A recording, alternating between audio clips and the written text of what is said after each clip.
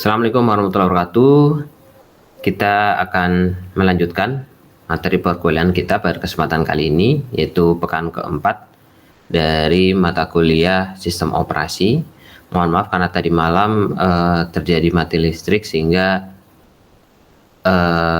perkuliahan tidak bisa dilakukan secara live dan Anda harus melihat ke channel YouTube saya untuk menyaksikan materi dan mudah-mudahan bisa dipahami materinya, dan silakan jangan lupa untuk komen sebagai tanda Anda sudah absen ya. Baik. Di pekan lalu kita sudah membahas tentang proses ya. Nah, ini ada kaitannya dengan proses. Di kali ini, pada kesempatan kali ini kita akan membahas tentang thread ya. Nah, apa itu thread? Jadi thread itu adalah unit dasar dari penggunaan CPU ya. Jadi kalau untuk thread itu di dalamnya ada apa saja? Di dalamnya ada thread ID atau TID ya. Kemudian ada program counter ya. Kemudian ada register set dan ada stack. Jadi ada register, kemudian ada stack ya, Anda bisa lihat di sana. Ada register, ada stack, kemudian ada kode, ada data, ada files gitu ya di layar atas. Nah, thread itu kayak apa ya? Ya, bahasanya itu kayak benang gitu, thread itu. Nah, sebetulnya di dalam sebuah proses bisa terdiri dari berbagai thread gitu. Nah, thread ini disebut juga sebagai lightweight process. Nah, kalau proses tradisional atau heavyweight process itu punya thread tunggal ya. Threadnya hanya satu. Thread tunggal fungsinya sebagai pengendali. Nah, apa sih perbedaannya antara proses thread tunggal dengan multi thread? Ya, simpelnya kalau yang multi thread itu dapat mengerjakan lebih dari satu tugas pada satu satuan waktu, ya, dibanding dengan yang single thread process. Nah, untuk sistem operasi ya, sistem operasi modern itu pastinya sudah memiliki konsep yang sudah dikembangkan yang memungkinkan proses itu mengeksekusi multi thread atau banyak thread ya, agar kemudian secara terus-menerus bisa melakukan pemeriksaan, menjalankan, melakukan proses pembacaan dan lain sebagainya di dalam proses yang sama. Nah, maka kemudian sistem operasi tadi yang sudah mendukung multi-thread itu memungkinkan proses untuk menjalankan lebih dari satu tugas pada satu satuan waktu gitu ya. Kayak misalkan Anda menggunakan Excel atau Firefox misalkan ya. Kalau Excel misalkan Anda bisa buka banyak dokumen sebetulnya. Di dalamnya juga ada berbagai macam proses ya yang kita bisa tahu, dan di dalam proses itu ada thread. Nah, definisi thread. Jadi secara informal proses di program itu program yang dieksekusi ya itu ada dua, yang heavyweight, kemudian yang ringan atau lightweight, yaitu thread. Jadi proses yang berat, ya proses tradisional, yang proses biasa, kemudian yang ringan-ringannya atau yang kecil-kecilnya adalah thread.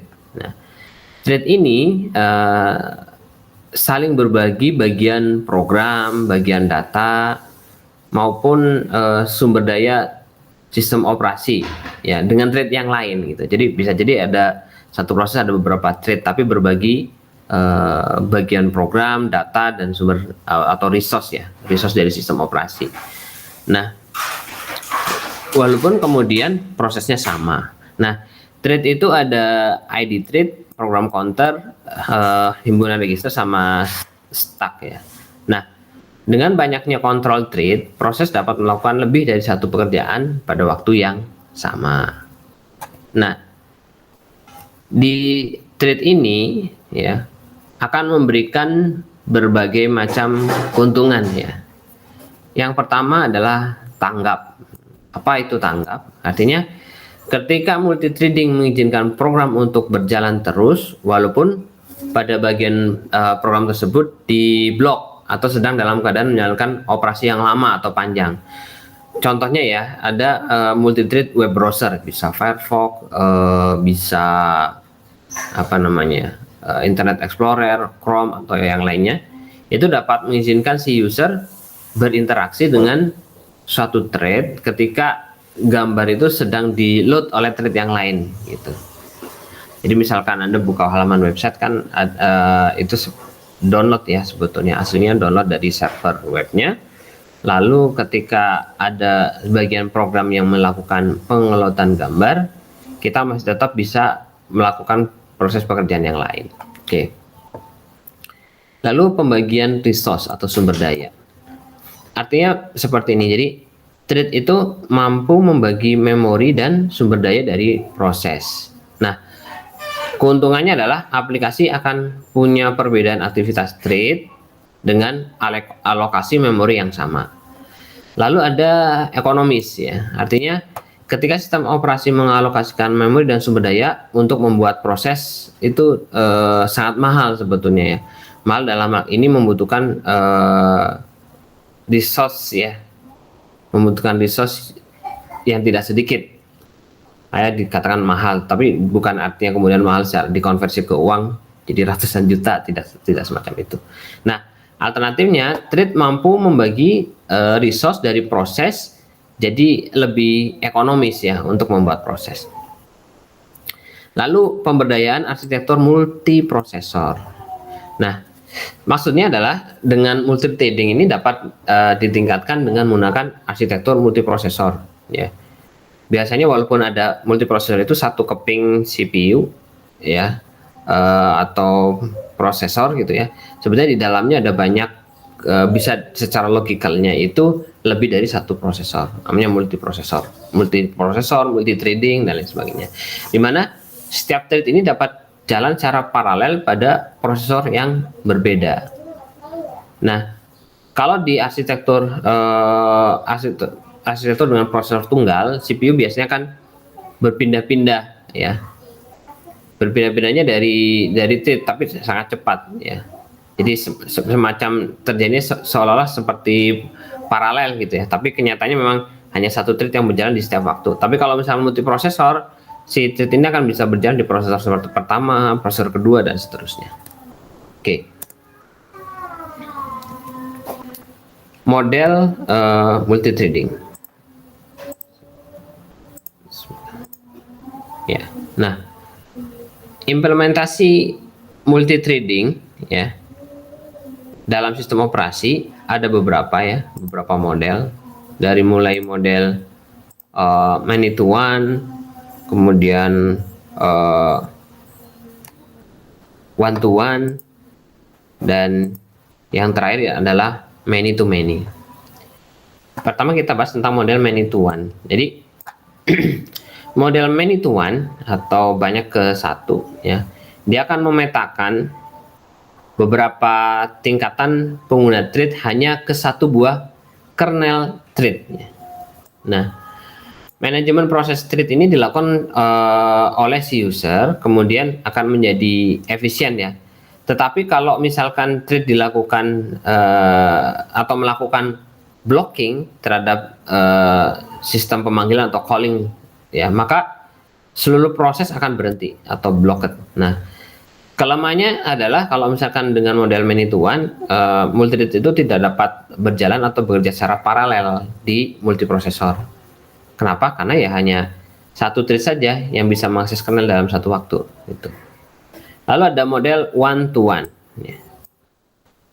Nah, kalau one to one, ya, dia akan memetakan setiap thread ke dalam satu kernel thread. Jadi satu thread ke satu kernel thread. Nah, tentunya kalau one to one akan lebih sinkron ya dibanding dengan many to one.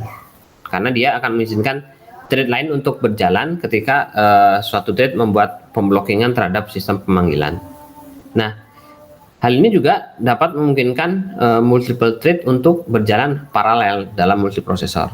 Nah, kalau one to one ini kelemahannya butuh, jadi si user ini butuh pembuatan korespondensi thread user ya, karena di proses pembuatan kernel thread ini dapat mempengaruhi kinerja dari aplikasi ya. Makanya kadang kebanyakan dari implementasi model yang one to one itu akan membatasi jumlah thread yang didukung oleh sistem ya. Kalau one to one itu sebetulnya implementasinya di Windows NT dan OS 2.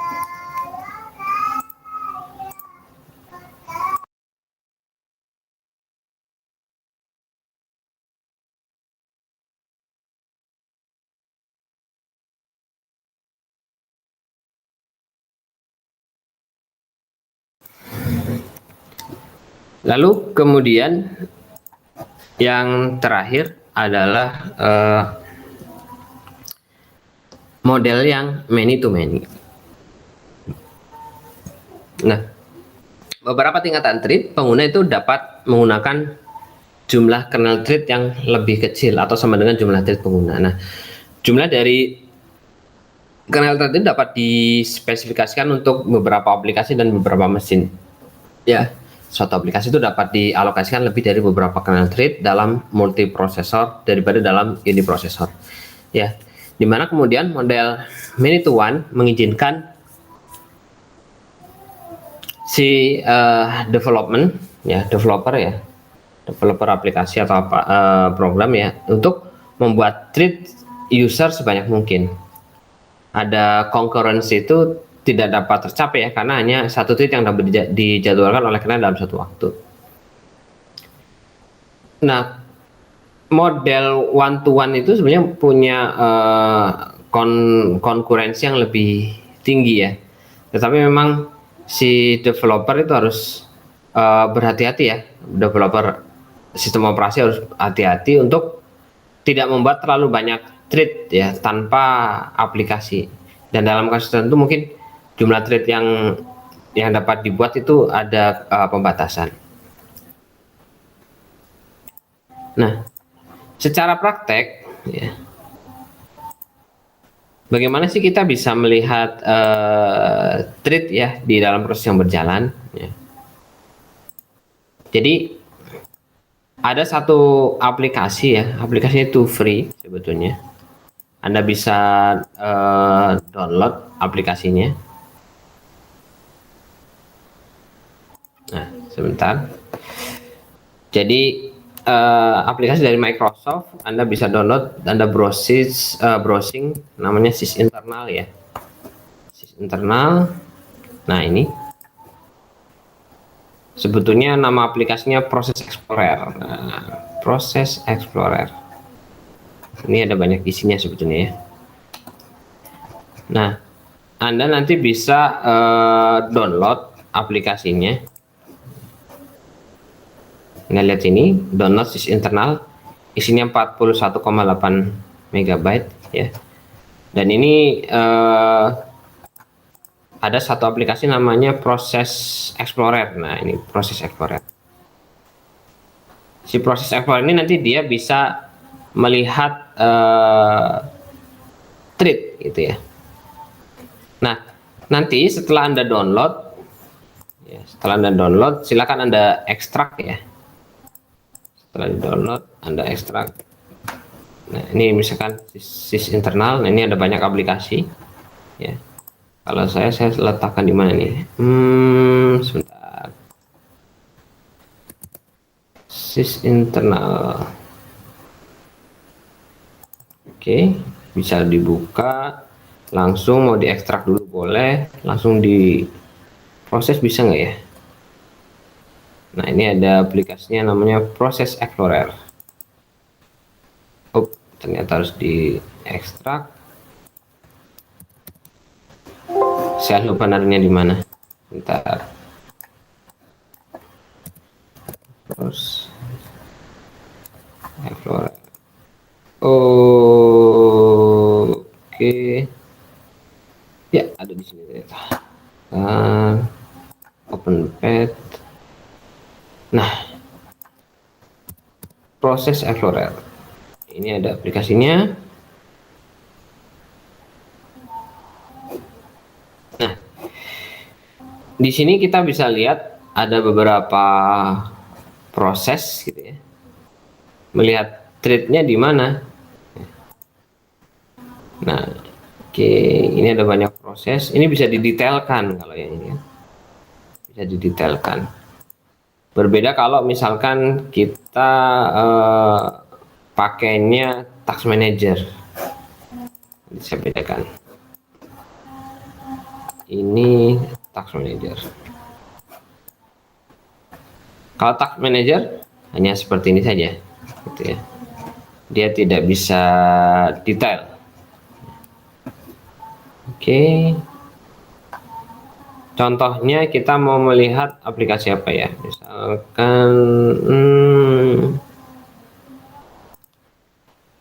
inilah ada everything. Everything itu untuk mencari apa namanya? File. Lihat di sini, kita bisa lihat di sini ada tab thread. Kalau di sini kan kita nggak bisa lihat nih kalau di apa namanya task manager. Tapi kalau di aplikasi proses Explorer kita bisa lihat. Anda lihat dalam satu proses yang aplikasi everything ini ada multi thread, ada banyak thread. Ya, dia berjalan di CPU, pemanfaatan CPU-nya ada cycles-nya, kemudian lihat address-nya dari mana, gitu kan? Ya, ada I/O priority-nya berapa, memory priority-nya, kemudian kernelnya dia ada di kernel yang mana, gitu kan? Bisa terlihat. Oke. Lalu kita ambil contoh, misalkan apa ya? Firefox bisa nggak ya? Ini contohnya Firefox ya. Kita bisa cek, bisa lihat thread-nya. Banyak sekali ya, karena yang aplikasinya ini lumayan berat gitu ya. Oke. Nah, yang dimaksud multiprosesor apa ya? Kalau multiprosesor sepertinya kita bisa lihat di sini nih. Nah, ini dia secara soket ada satu ya, si CPU. Tapi sebetulnya secara logikalnya dia ada 8 prosesor. Ini namanya multiprosesor, gitu kan? Sehingga dia akan lebih mudah untuk menjalankan multithread.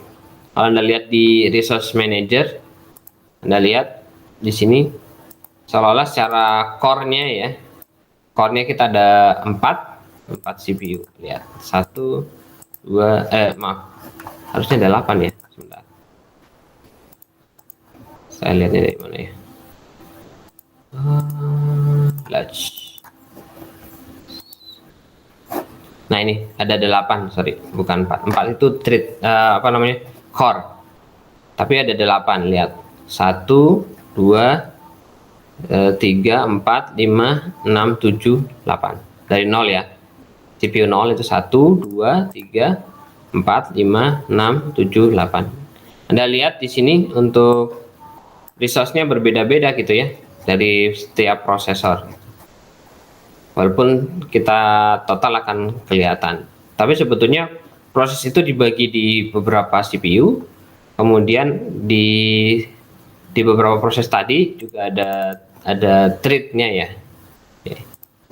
Thread-nya, kalau thread bisa dilihatnya melalui aplikasi yang proses Explorer ya.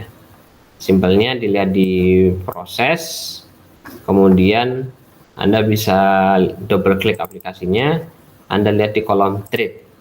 Tadi setiap thread ada thread ID-nya dan dia kemudian ada di beberapa register sesuai dengan kebutuhan.